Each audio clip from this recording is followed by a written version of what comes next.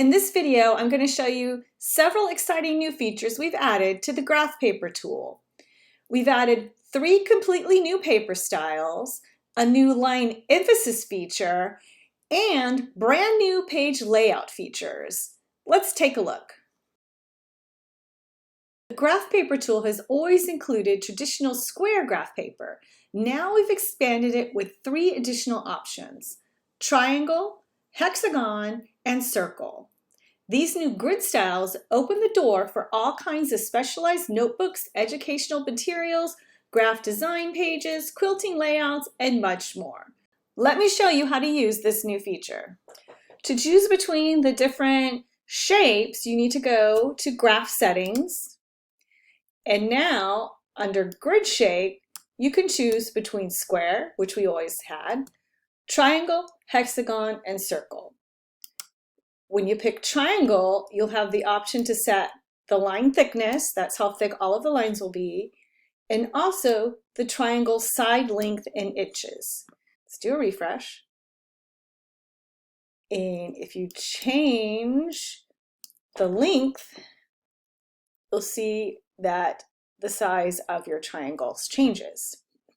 If you want to change the color, go over here to color settings.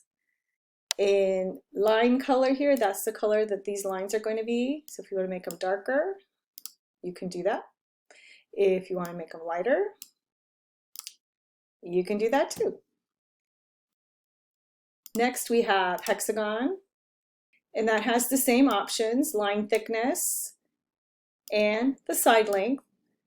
Let's demonstrate line thickness for you. So if you make this a bigger number, then your lines are going to be a lot thicker. So you have complete control over how your graph paper is going to look. And lastly, let's take a look at the circles. Again, we have line thickness, and here we have circle diameter instead of side length.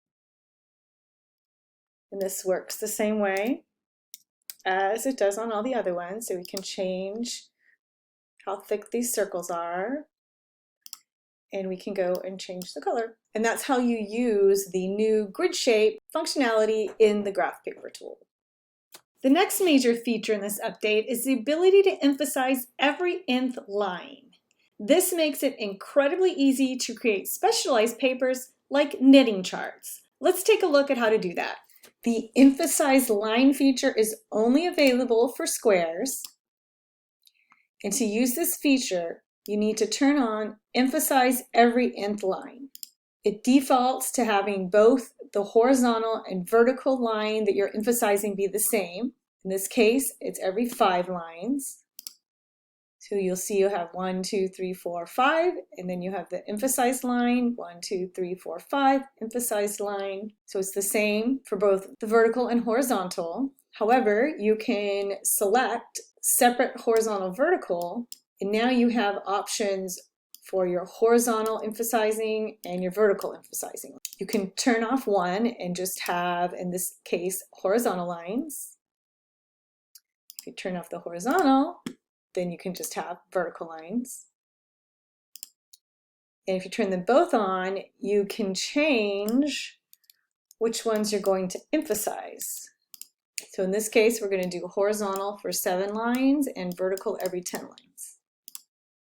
You can also go under color settings and you can select the color you want for both the horizontal and vertical. So if you want to, you can make horizontal lines darker, vertical lines lighter.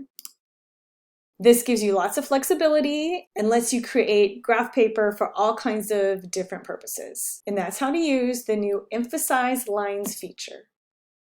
Lastly, we've added 2 new page layout options that make the graph paper tool much more flexible. You can now split the page into 2 sections, either side by side or stacked vertically.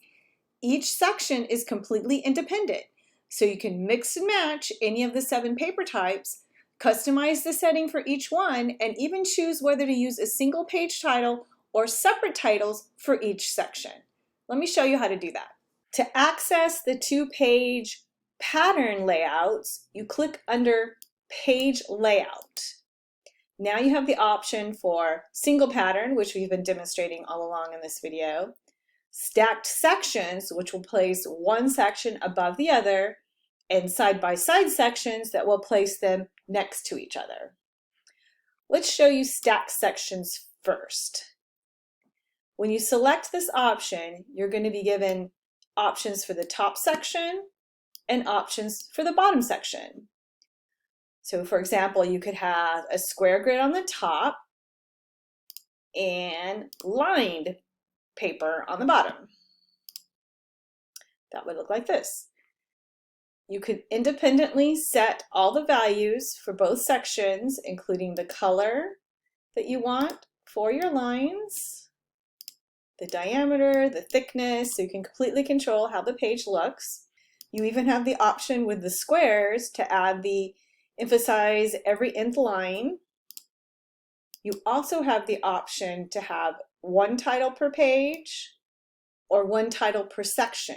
So if you select one title per section, you now have a top section title option and a bottom section title option. Now the way the titles work is you enter prompts here. So if you just enter one title, that same title will appear on every single page. If you enter a set of titles, it will rotate through the titles until it gets to the last page of the PDF. For example, if you wanted to have pages that were going to go from Monday to Sunday and repeat, you could put in the days of the week. You have to have one prompt per line. Now if we do a refresh, we have that title up here and there's no title on the bottom because we didn't add one. If you want, you could just put one title down here and have it say notes, for example. And we can align that to the left. You can independently align each title. And now if we download it, so it's going to rotate through your days. So we're going to have Monday, Tuesday, Wednesday, Thursday, Friday, Saturday, Sunday, and then it's going to repeat Monday, Tuesday, etc. You can select from any of the pattern types between square grid, triangle grid, hexagon grid, circle grid, lined grid, dot grid, and blank. You have the same options on both sections. And if you select side-by-side sections, it's going to look something like that. And now you have left section settings and right section settings. You also have this left section percentage here, so you can make that section smaller or you can make it larger. You have that same option under stack sections that will do the top section percentage. You also have the option to add a divider line along with the thickness and the color for that. And you can control the space between the two sections. With this new feature, you can create almost an unlimited amount of different page types, which is only limited by your creativity. And that's how you use the new two-section features of the graph paper tool. That wraps up the latest updates to the graph paper tool.